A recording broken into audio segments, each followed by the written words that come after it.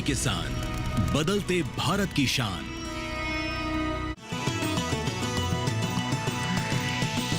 DD किसान, बदलते भारत की शान।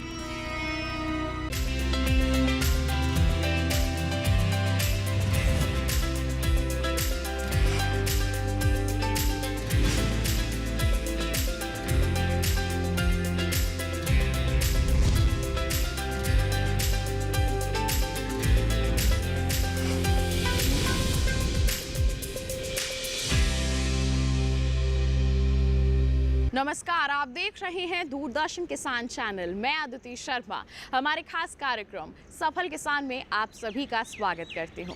हमारे इस कार्यक्रम में देश के अलग अलग क्षेत्रों के जो किसान कुछ अलग कर रहे होते हैं, कुछ नया कर रहे होते हैं और सफलता हासिल किए होते हैं, उनसे आपकी मुलाकात करवाते हैं ताकि आप भी उनसे प्रेरित हो सके। आज की हमारी इस कड़ी में एक ऐसे ही सफल किसान सुनील कुमार गोयत से हम आपको मिलवाने वाले हैं। बता दें आपको, ये पिछले कई वर्षों से पशुपालन कर रहे हैं और डेयरी उद्योग से जुड़े हुए हैं, जिससे इन्होंने न केवल अपने जीवन को संवारा है, बल्कि जो भी किसान इनके संपर्क में आए हैं उन्हें भी उन्नति की राह पर चलाया है। बता दें आपको कि ये जैविक चारा उत्पादन भी करते हैं, जिससे इन्हें एक अलग पहचान मिली है। पारंपरिक खेती को नहीं चुना इन्होंने पशुपालन का दामन थामा। 4 भैंसों के साथ इन्होंने अपने सफ़र की शुरुआत की थी और आज ये सफ़र जो है 136 भैंसों तक पहुंच गया है। ये जो भैंसों का गोबर होता है उसका भी भरपूर इस्तेमाल करते हैं अपने खेतों में, जिससे खेत की मिट्टी तो उपजाऊ बनी ही है, साथ ही साथ जो ये चारा उत्पादन करते हैं उसकी गुणवत्ता भी काफ़ी बेहतर होती जा रही है। तो फिर आइए इनके सफ़र को जानने के लिए, इनसे मुलाकात करने के लिए रुख करते हैं उत्तर प्रदेश के गाजियाबाद ज़िले के मिलक रावली गांव का।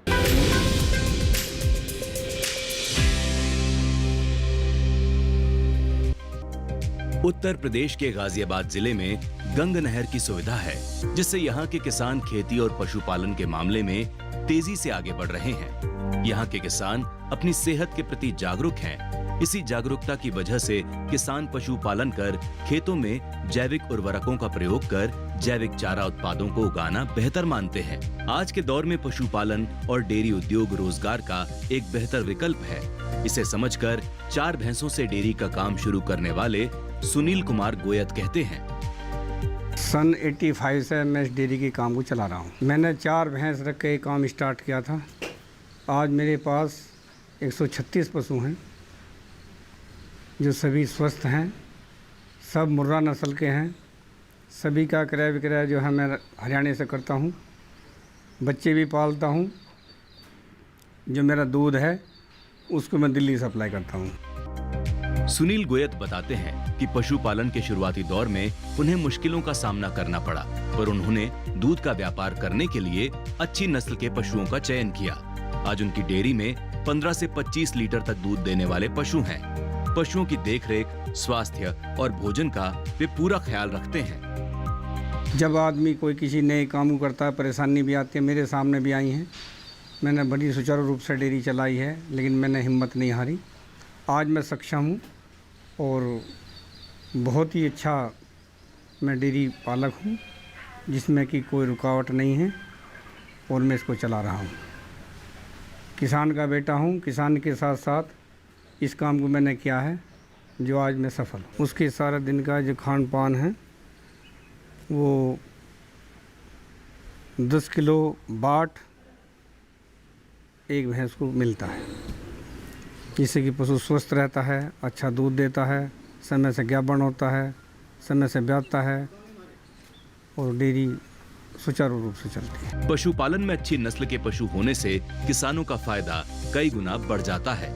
इसे ध्यान में रखते हुए सुनील गोयत ने अपने भैंसों के बेड़े में मुर्रा नस्ल के 2 सांड भी पाल रखे हैं, जिससे अच्छी नस्ल के संतति मिल सके।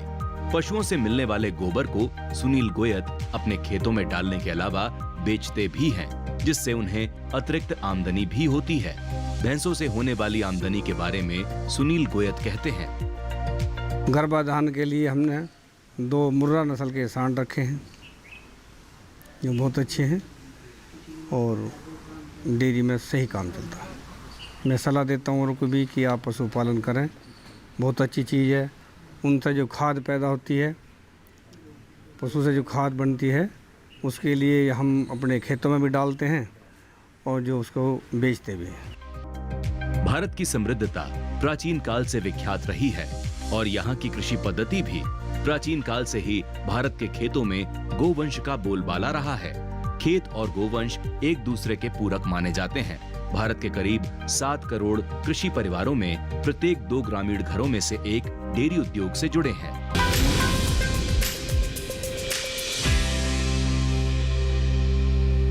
किसान भाइयों बहनों, यहाँ कार्यक्रम में वक्त हो चला है एक छोटे से ब्रेक का। आप कहीं मत जाइए। ब्रेक के बाद हमारे सफल किसान सुनील कुमार गोयत से हम जानेंगे कि वो कैसे भैंसों की देखभाल करते हैं और कब कब टीकाकरण करवाते हैं। बने रहिए दूरदर्शन किसान पर और देखते रहिए कार्यक्रम सफल किसान।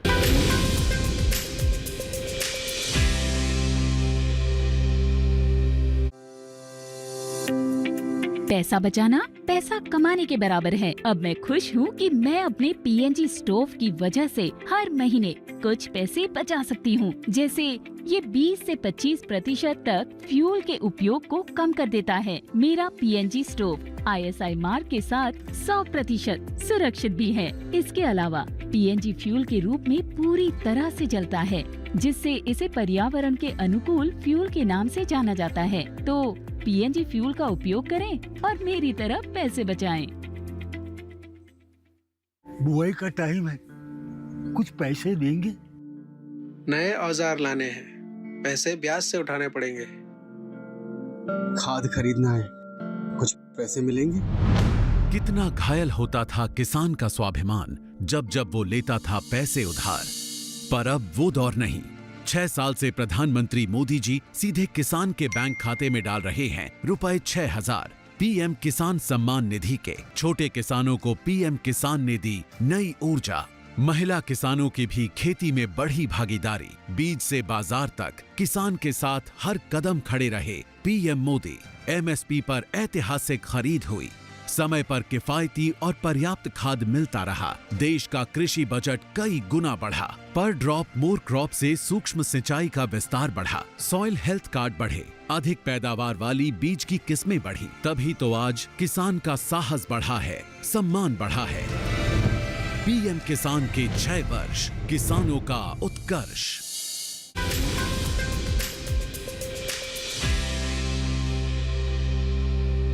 ब्रेक के बाद दूरदर्शन किसान के कार्यक्रम सफल किसान में आप सभी का फिर से स्वागत है। आइए किसान भाइयों बहनों, कार्यक्रम को आगे बढ़ाते हैं। रुख करते हैं हमारे सफल किसान सुनील कुमार गोयत का। उनसे भैंसों की देखरेख और टीकाकरण के बारे में संपूर्ण जानकारी लेते हैं।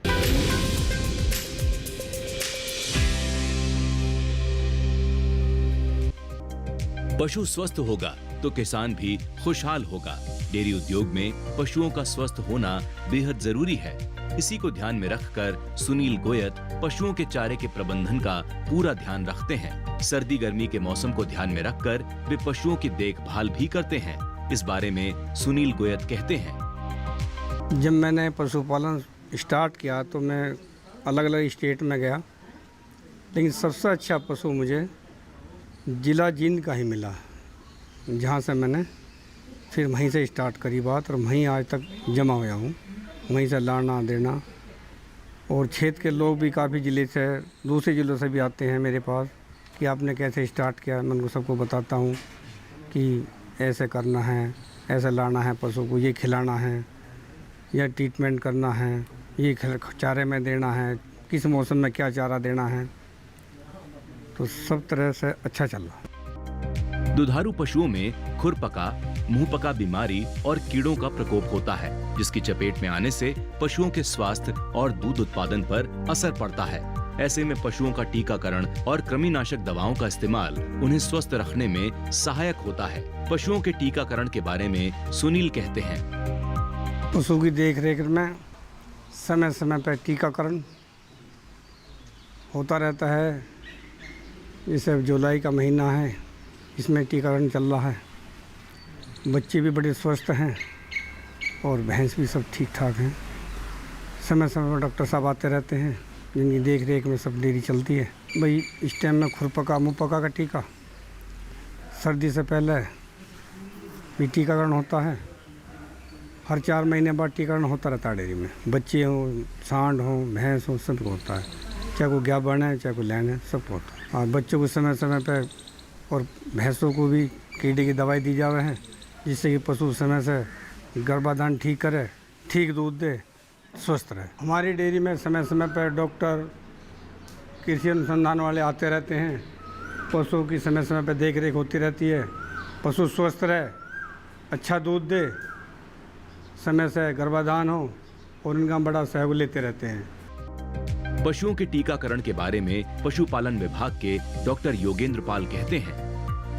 आज गांव में हम मिलक में वैक्सीनेशन करने के लिए आए हैं। गला घोटू का और एफएमडी का समय समय पर वैक्सीन होता है जो है। हम पूरे गांव को सुविधा देते हैं और किसानों को जो भी हमसे होती है बातें हमसे करते हैं, आगे जो है सलाह लेते हैं जो है। सुनील जी हमारे अच्छे मित्र हैं, ये इनके डेयरी में आना जाना है जो है, ये भी सलाह लेते हैं टाइम टाइम पे आगे जो है। और हम लोग भी यहाँ आगे टीकाकरण करते हैं समय समय पर आगे जो है। सारे पशु इनके सब स्वस्थ हैं, ठीक हैं जो है।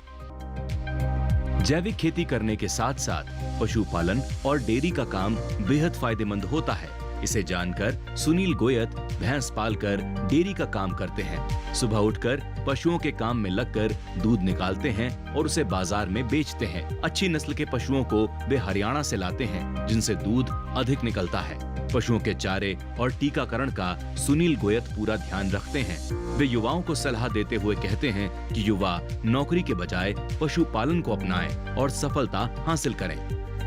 यदि हमारे किसान भाई इस तरफ ध्यान दें पशुपालन की तरफ, तो पशुपालन में ठीक इनकम है, कोई बुराई नहीं है।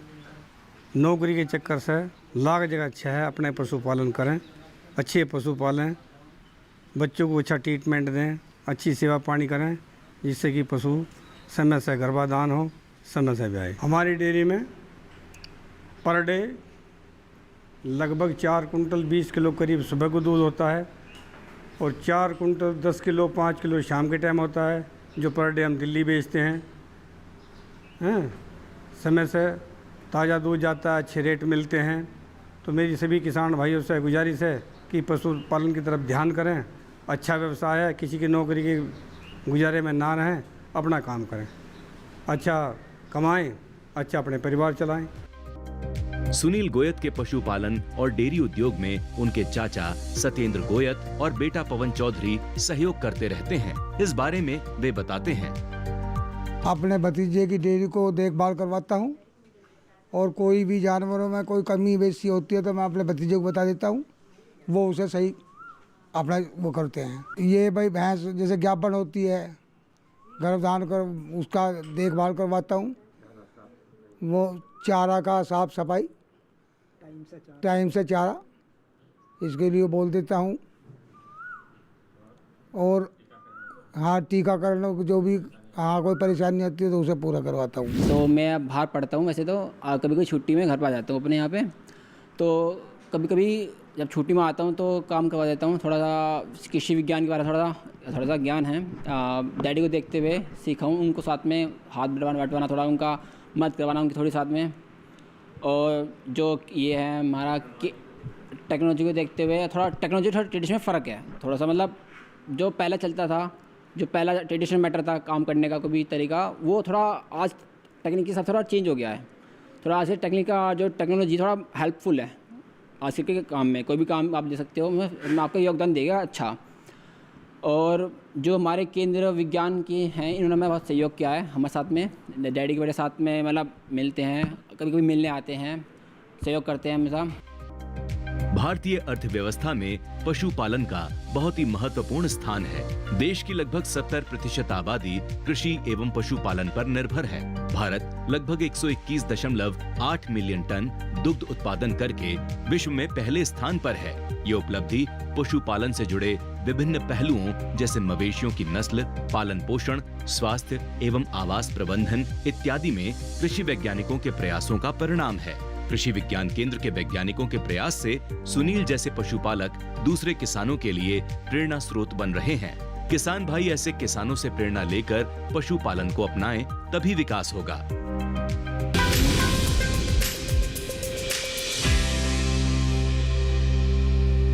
यहाँ वक्त हो चला है किसान भाइयों बहनों कार्यक्रम में एक और छोटे से ब्रेक का। आप कहीं मत जाइए। ब्रेक के बाद हम जानेंगे कि पशुपालन को बढ़ावा देने के लिए कृषि विज्ञान केंद्र किस तरह के प्रयास कर रहे हैं, हमारे किसानों को कैसे बढ़ा रहे हैं पशुपालन की ओर और कैसे उनकी आय को और मजबूत करने के लिए लगे हुए हैं। बने रहिए दूरदर्शन किसान पर, देखते रहिए कार्यक्रम सफल किसान।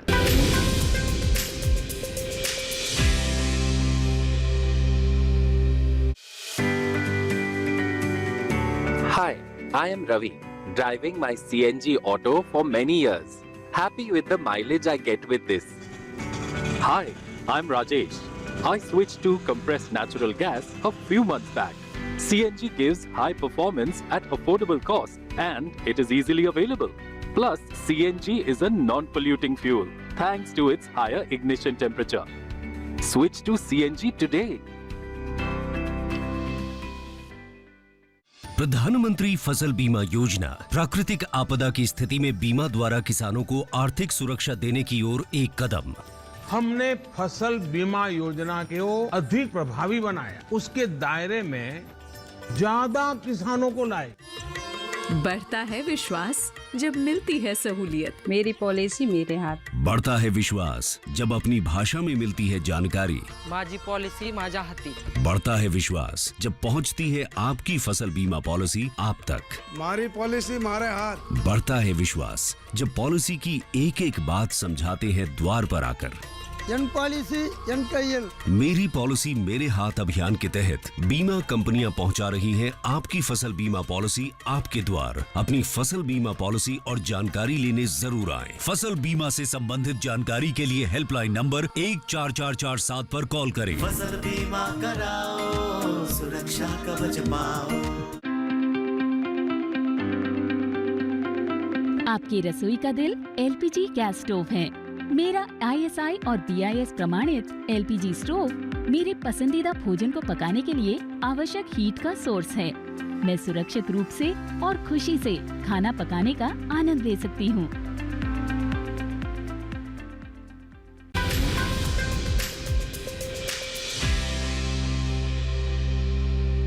ब्रेक के बाद दूरदर्शन किसान के सफल किसान कार्यक्रम में आप सभी का फिर से स्वागत। ब्रेक पर जाने से पहले हमने आपको बताया था कि अब बात होगी कृषि विज्ञान केंद्रों के प्रयासों के बारे में, किस तरह से वो पशुपालन को बढ़ावा दे रहे हैं, हमारे किसानों की आय को मजबूत बनाने के लिए किस तरह के प्रयास कर रहे हैं। तो फिर आइए इसके बारे में जानकारी हासिल करते हैं।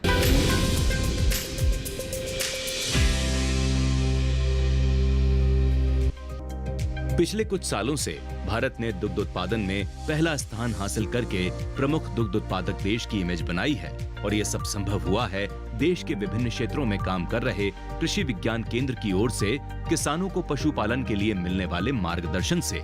गाजियाबाद जिले के मुरादनगर में कृषि विज्ञान केंद्र के प्रभारी डॉक्टर प्रमोद कुमार बताते हैं। जैसे कि इस समय काफी बरसात चल रही है और मौसम हमारा इस टाइप से है कि हमारे कीटाणु पनपने का मौका ज़्यादा रहता है और हमारे जो दुधारू पशु हैं उनमें कोई ना कोई जैसे खुरपका, मुँह पका या अन्य बीमारी लगने के चांस रहते हैं। तो इसके आपको यही सलाह दी जाती है कि इस समय भारत सरकार की तरफ से निःशुल्क टीकाकरण किया जा रहा है खुरपका, मुँह पका के लिए, तो आप उसका टीकाकरण अवश्य कराएँ। इसी प्रकार से क्योंकि डेयरी व्यवसाय हमारा अच्छा व्यवसाय है, लेकिन पिछले कुछ दिनों से चूँकि हमारे बांझपन की समस्या ज़्यादा आती रही है तो हमारे किसान भाई थोड़ा विमुख हो रहे हैं। इसमें ज़रूरत नहीं है विमुख होने की, चूँकि हमें आमदनी भी बढ़ानी है और जैसे हमारे भारत सरकार और उत्तर प्रदेश सरकार का लक्ष्य है कि किस प्रकार से किसानों की आय दुगनी की जाए या उसमें बढ़ोतरी की जाए, तो उसके छोटे छोटे कुछ तकनीकी बिंदु हैं। जैसे हम डेयरी की बात करें कि डेयरी में अगर हम केवल एक क्रांतिक निवेश का प्रयोग करें, जैसे कि खनिज मिश्रण अगर हम प्रति पशु प्रति दिन 100 ग्राम खिलाएं तो हमें एक महीने में अगर इसका हम रिजल्ट देखें तो लगभग 1 किलो दूध पे असर पड़ता है। तो ये छोटा सा तकनीकी बिंदु है लेकिन बहुत उपयोगी है। डेयरी उद्योग में सुनील गोयत के कामों की तारीफ करते हुए कृषि विज्ञान केंद्र के प्रभारी डॉक्टर प्रमोद कुमार कहते हैं कि सुनील गोयत का डेयरी का काम अच्छा चल रहा है वे कहते हैं कि किसान पशुओं को संतुलित आहार के साथ कृमिनाशक भी खिलाएं, जिससे पशु स्वस्थ रहें। सुनील गोयत को प्रेरणा स्रोत बताते हुए डॉक्टर प्रमोद कहते हैं, सुनील जी हैं जो कृषि विज्ञान केंद्र और हमारे सरदार वल्लभ भाई पटेल कृषि विश्वविद्यालय मेरठ से काफ़ी दिनों से जुड़े हुए हैं। तो इन्होंने डेयरी का काफ़ी अच्छा व्यवसाय किया हुआ है और जो भी तकनीकी हम लोग देते हैं वो इनका अक्सर से पालन करते हैं। तो सुनील जी के यहाँ काफ़ी समय से डेयरी का व्यवसाय है और काफ़ी लगन और काफ़ी तकनीकी बिंदु से अपने डेयरी व्यवसाय को चला रहे हैं। क्योंकि हम और किसानों भाइयों से भी यही सलाह देंगे कि वो जो भी सुनील कुमार जी अपने डेयरी व्यवसाय में तकनीकी अपना रहे हैं और भी किसान भाई अपनाएं। आज के दौर में शुद्ध दूध की मांग लगातार बढ़ रही है। लोग पैकेट वाले दूध के बजाय पशुओं का शुद्ध दूध लेना स्वास्थ्य के लिए लाभप्रद मानते हैं। ऐसे में डेयरी का व्यवसाय एक लाभदायक व्यवसाय बन रहा है। डेयरी में पलने वाले पशुओं को अगर जैविक चारा खिलाया जाए तो उनके दूध की मांग और भी बढ़ जाती है। अच्छे चारे के लिए मृदा स्वास्थ्य का ध्यान रखना जरूरी है। इस बारे में जानकारी देते हुए केवीके की मृदा वैज्ञानिक डॉक्टर आकांक्षा सिंह कहती हैं, आज हम यहाँ पर देखते हैं कि डेयरी जो फार्म है ये आज के समय में बहुत ज़्यादा डिमांड में है। एनसीआर एरिया में तो बहुत ही ज़्यादा, क्योंकि सभी लोग पैकेट के दूध पे जा रहे हैं। लेकिन दुग्ध उत्पादन करना आज के लिए बहुत लाभकारी है। सभी किसान भाई अगर इसे लेते हैं, इसे अपने व्यवसाय में शामिल करते हैं तो उन्हें बहुत लाभ हो सकता है। बट कुछ सावधानियों का ध्यान रखना होगा। जैसे कि अगर मैं चारे की बात करूं तो चारे में न्यूट्रिएंट बनाए रहने के लिए हमारे किसान भाइयों को उसमें अपना योगदान देना होगा। किसान भाइयों को हम अपनी मृदा स्वास्थ्य का ध्यान रखते हुए चारे की फसलों में हमेशा मृदा जांच के बाद ही उर्वरक का इस्तेमाल करना चाहिए, क्योंकि जो हमारे चारे हैं उसमें अगर स्वस्थ मृदा होगी तो ही न्यूट्रिएंट का बैलेंस होगा, मिनरल उसमें बराबर से जाएंगे और वही मिनरल हमारे दुधारू पशु लेते हैं जब वो चारे का उपयोग करते हैं या उसे खाते हैं।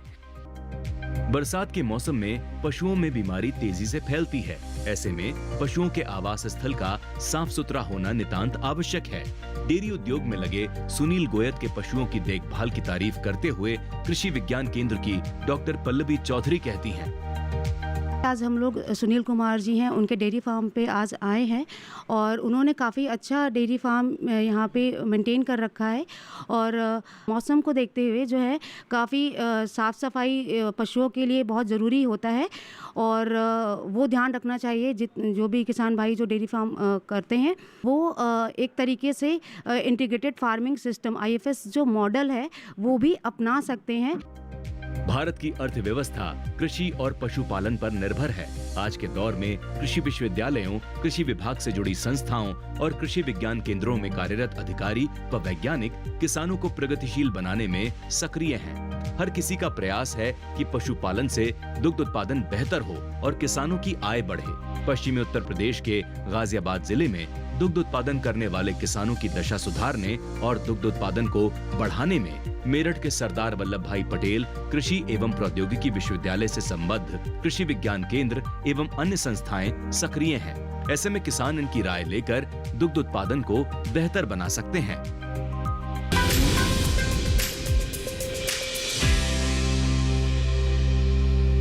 तो ये था हमारा आज का कार्यक्रम सफल किसान। उम्मीद करते हैं कि आज के हमारे सफल किसान से मुलाकात करके उनकी दास्तान को जानकर आप ज़रूर प्रेरित हुए होंगे। साथ ही आपको बता दें, ऐसी ही कोई दास्तान आप हम तक पहुंचाना चाहते हैं तो आप हमें ईमेल कर सकते हैं। ईमेल आईडी है safalkisan@gmail.com या फिर आप हमें पत्र भी लिख सकते हैं। पता है हमारा सफल किसान, कमरा नंबर 77, CPC दूरदर्शन, खेलगांव, नई दिल्ली 110049। तो इसी वादे के साथ किसान भाइयों बहनों की अगले अंक में ऐसी ही कई दास्तानें आप तक हम पहुंचाएंगे। तब तक के लिए हमें दीजिए इजाज़त। आप बने रहिए दूरदर्शन किसान पर। नमस्कार।